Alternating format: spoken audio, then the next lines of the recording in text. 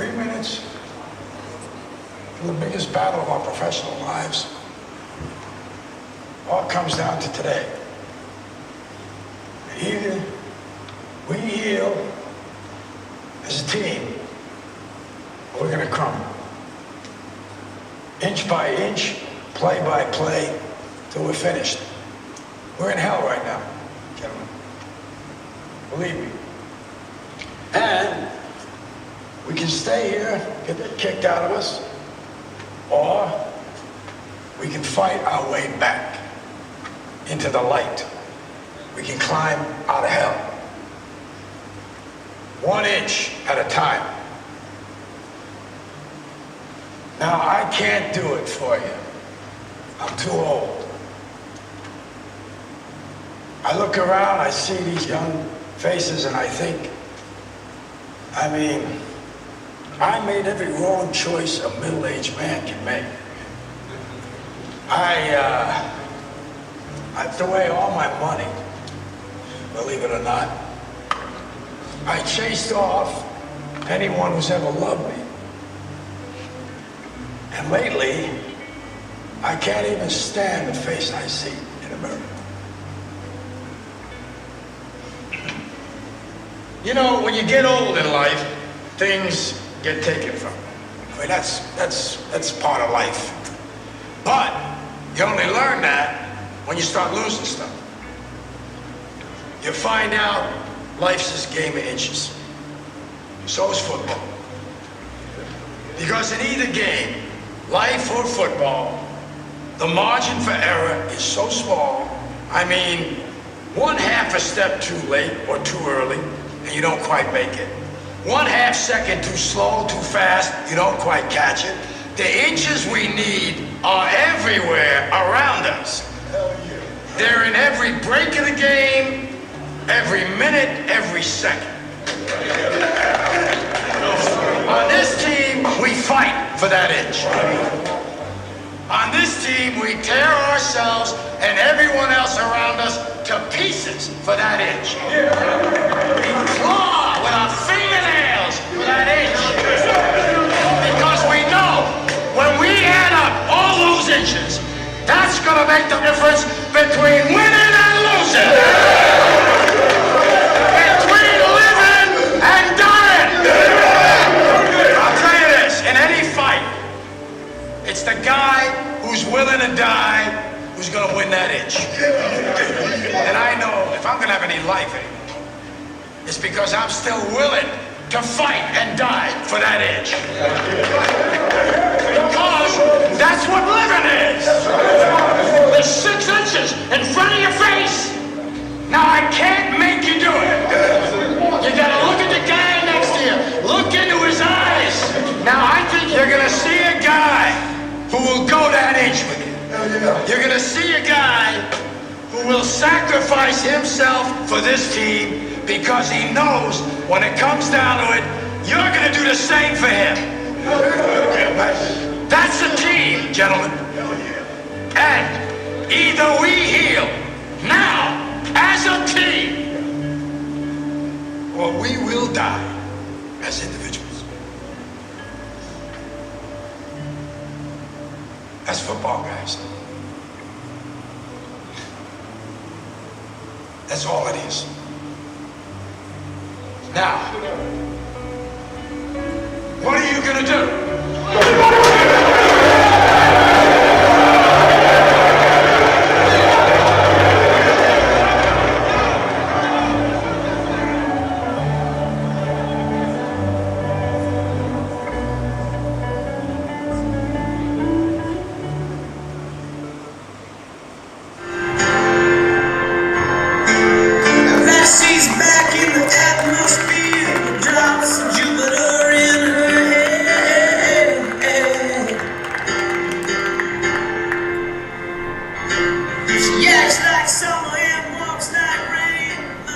You don't have to keep going with that song because I'm certainly not going to be dancing on the stage. So great to be here. Thanks, Steve, for organizing that video. And then I've got to talk after that. That's like, you know, you can only be pumped by that. I've actually tried that as a coach and haven't succeeded. It doesn't work with the players that I work with, but we've watched that a lot of times. And right at the beginning of my coaching stint, I thought that is going to just move people like you won't believe. But the thing that came to my mind when I was listening to that was the concept of trust. I think it's a really interesting concept, because when those guys would then go onto the field and turn a performance around, what is it that's turning it around? And I think at the end of the day, I've always loved the concept of team. And what is it about the man next to me that I'm trusting? Am I trusting in who he is as a person, and what his personality is about, or what his value system is? Or am I trusting him in his skills? Am I in his team together with him because I know that he can do his job? And I was fortunate to open the batting for about 40 test matches with a guy by the name of Herschel Gibbs. Now, we are very different people, Herschel Gibbs and Gary Kirsten, as crazy as it might sound.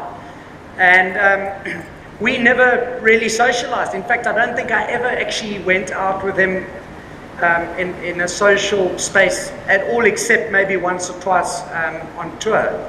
But when I walked onto a cricket field with him, and we might have had 20,000 people in the stadium, and you could feel the pressure, he was the guy that I wanted by my side. The answer is why? And I'd say because I trusted his skills, and he complemented mine. I loved batting with him because it made me play the way that I wanted to play. I loved having him next to me because I knew how he was going to take the game on. I trusted everything that he could offer, and it really helped my game. So I'm kind of moving around in this kind of leadership stroke coaching space in many ways, because I've come up with, I guess, some preconceived ideas or a blueprint to lead people in a way that's going to move them forward. And I'm starting to change my view on that. I'm starting to think that other things are becoming relevant, and one of them is that concept of trust. Another concept that we have in sports specifically is this idea: if you are just honest with me, that's all I want. I just want you to be honest with me. I'm starting to doubt that as well. And the reason being is because I find it difficult as a coach if I have to talk to one of my players and I really think that they're battling under pressure. I think it'll be a very difficult conversation to go up to him and say, Dale, you know what? I don't think I'm going to pick you for the next game because I don't think you can handle the pressure. That's an honest conversation. It's my view. It's an honest conversation. But I don't know how fair it is for me to give him that feedback, because it's my view, first of all, but I might have some empirical evidence with it. But it is my view. And I don't think that's going to take his life forward, that honest conversation. So I'm starting to grapple with that as well. I've got 16 minutes and I was not going to talk about that at all. So that's very random, and this next 16 minutes is going to be very random. I'm going to kind of just throw some ideas and concepts out there.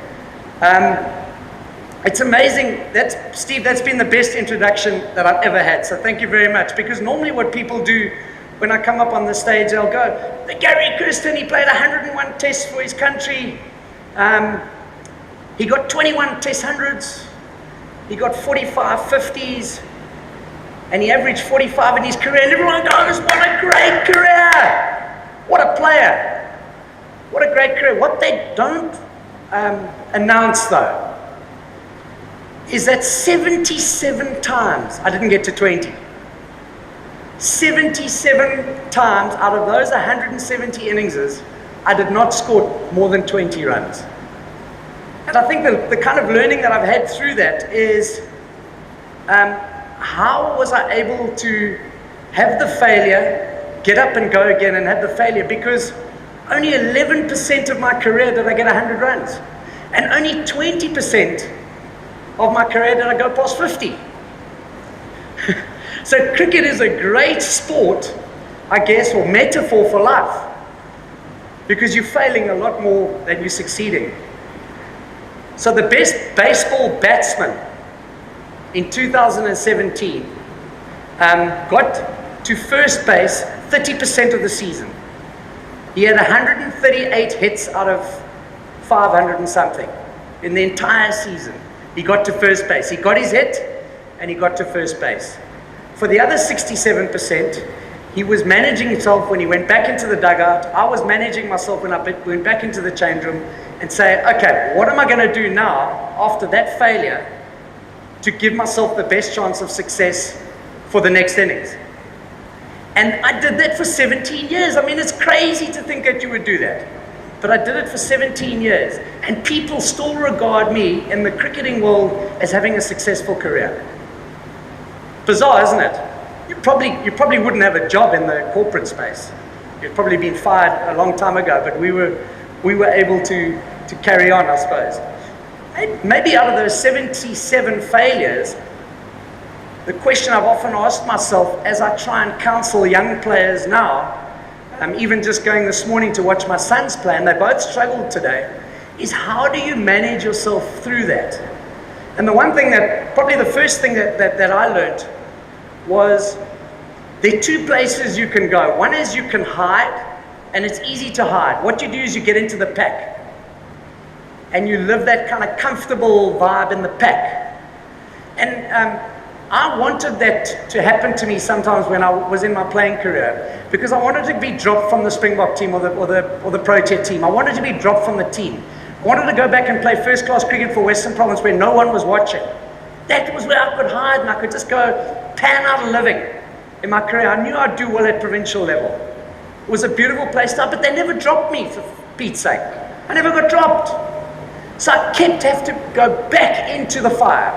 Again, even though I'd had a few failures, I had to go back out and say, geez, what can I do to make a performance? Because my life was governed by that score. Can I get past 50? Because if I get past 50, the media are going to be off my back. Can I get to 50? And my life became trying to understand how to manage that performance. And I think that's where the learning is for all of us. You see, for me, at the Successness Fest, success for me is not a destination, it's a journey. Because I've had a lot of failure on this journey. People still regard me as successful, bizarrely. So it cannot be a destination. I'm into a hobby now, riding bikes on mountains, and I've done this Cape Epic for a couple of years. And it's an amazing event, and there's quite a lot of hype around this event. I'm doing another one next year because I'm right at the end of midlife crisis. And once I go past there, I'll stop and I'll just get on with my life. But it's amazing the process to getting to the start line. And what happens? Suddenly I become focused, I become disciplined. Every day I wake up at 5 o'clock and I'm up on that mountain riding. But you know what? It's actually quite easy to do that. I don't find it difficult in any way. You know what's the most difficult part? When I've reached the end goal. The most difficult part is when I finish the race. What am I going to do tomorrow? I've got no direction. I've got no purpose. Now, you know what happens? I stop riding. I stop waking up at 5 o'clock in the morning to go for rides.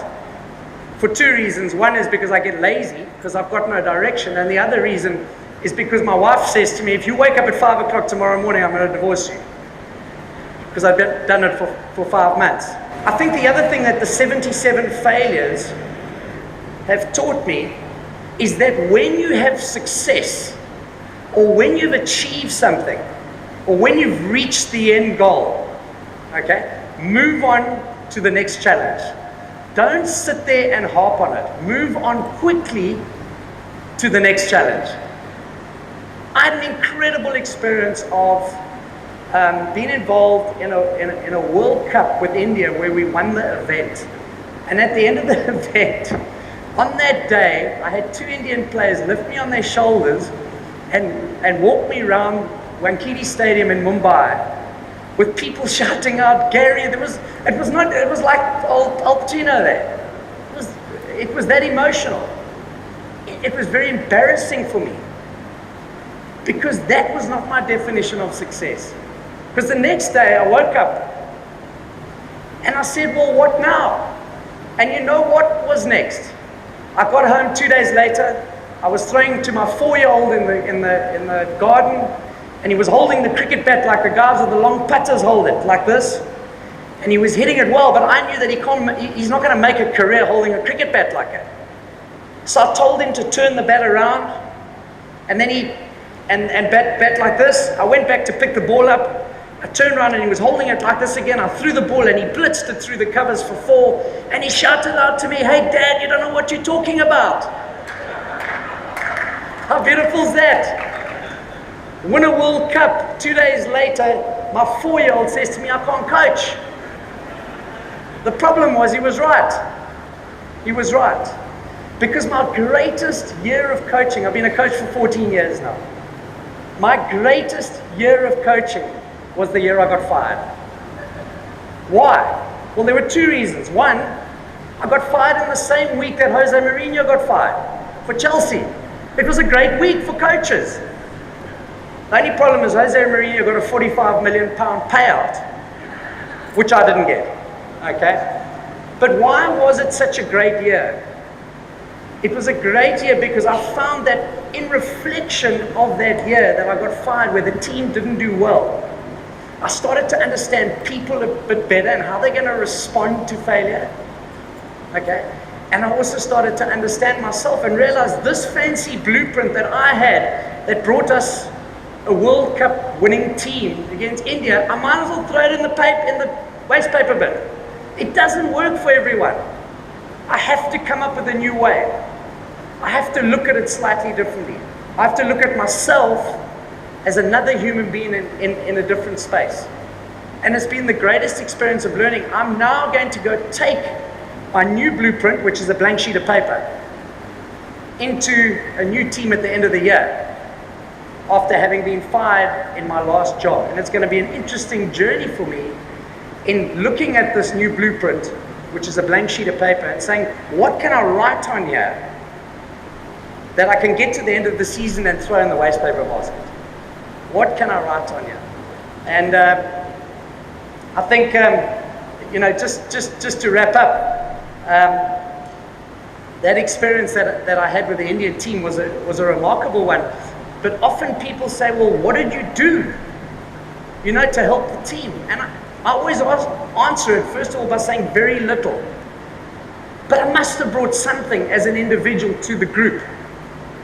Anyway, to just tell you the story very, very quickly, I was here in Cape Town and I got an email from a guy by the name of Sunil Gavaskar. And the email went, "Dear Gary, hope you're doing well. Just wondered whether you would consider coaching the Indian cricket team." And I kind of looked at this. I'd never applied for the job. I'd done 0 hours of team coaching. 0. Would you coach this team, the most supported sporting brand in the world?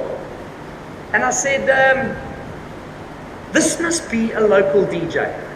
This must be someone here is pulling a fast one on me. So I didn't respond to that email. 2 days later, I get a follow-up. "Hey Gary, it's Sunil again. Wondered whether you'd come for an interview to coach the Indian team."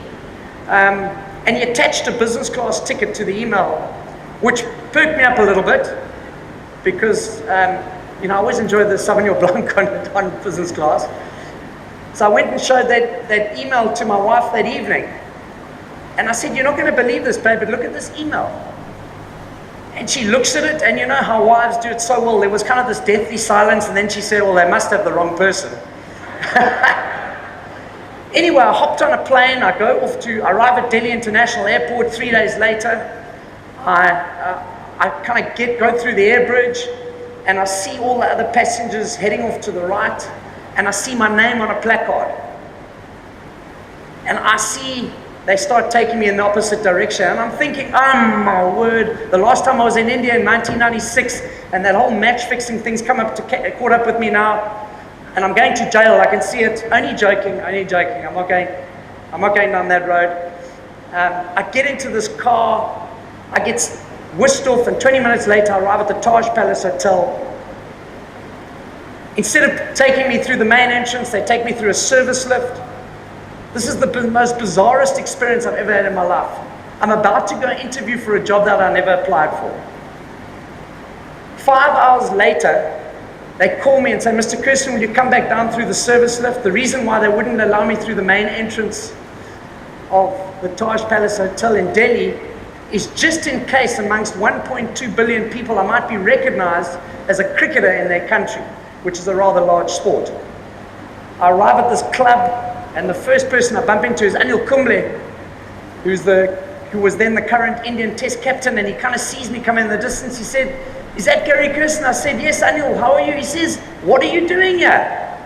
So I said, "Well, I've come for an interview to coach you." So we laugh, because it was a funny thing. I then go into this interview process, and the first question in a very intimidating space that gets asked of me is, "Gary, will you map out your vision for Indian cricket?" To which I replied, "I don't have one." So I thought that was going to be the end of the interview. Anyway, they asked me one other question: "Well, what do you guys as a South African team do to beat the Indians?" And I said, "Well, that's a good icebreaker."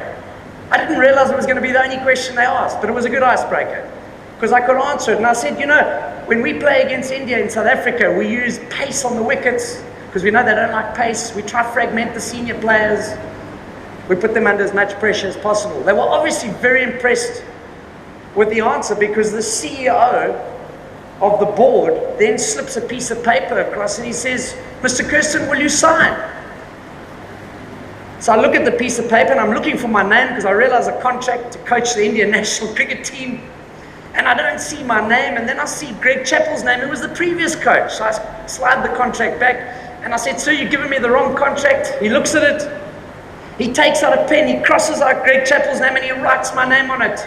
And he says, "Mr. Kirsten, will you sign?" So I don't know what to do. So I think, "Well, would you mind giving me some time to make the decision?" He says, "How long do you want?" "Well, I need to go and ask my wife, because she runs the show." He says, "Okay, you've got 5 days." We finished the interview, which lasted about 7 minutes. I go back to my hotel. I wake up the next morning, waiting for my flight in the evening, and I turn on the television set. And I think it was the first news channel I turn on, and I see my picture all over the TV screen. I flick to the next channel, there's my picture all over the TV screen. I flick to the next channel, and I go through 10 news channels, and my face is on every picture. "We found our new Indian coach." I hadn't signed yet.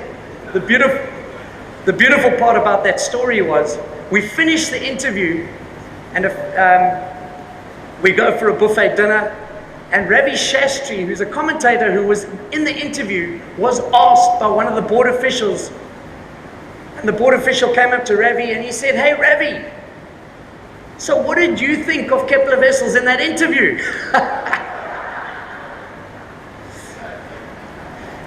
So that's how I landed my first job.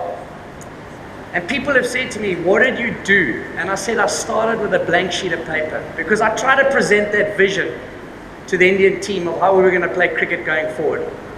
And they looked at me with blank eyes. They looked at me with blank eyes. And I remember saying to myself, close your mouth, open your ears, and start to listen to these people. If you're going to win them over, start to listen to them.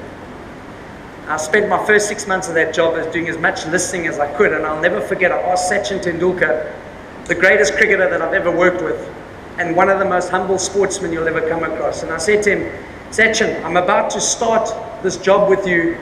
I want to ask you what you want from me as your leader or coach." And he said, "Gary, it's simple. I just want you to be my friend." And it was a very powerful statement that I didn't understand initially, but grasped later on the true definition of what a friend is. And he wanted me to challenge him. He wanted me to be there for him when the going was tough. Is that it? I'm wrapping up. He wanted to be there for me when the going was tough, and he wanted to make sure that I would challenge him on growing in his career. It was a remarkable journey, but most importantly, I think it was a privileged one for me to be able to have had that experience and take the learning out of it and move forward into the next phases of my own personal journey. Thank you very much for having me.